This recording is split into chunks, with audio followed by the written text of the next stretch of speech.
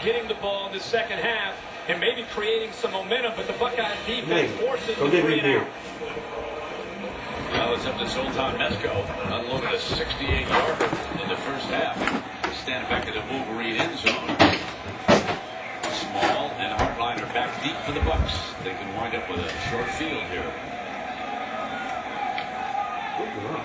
He throws another beauty. Back to the 35-yard line. Here comes Small looking for an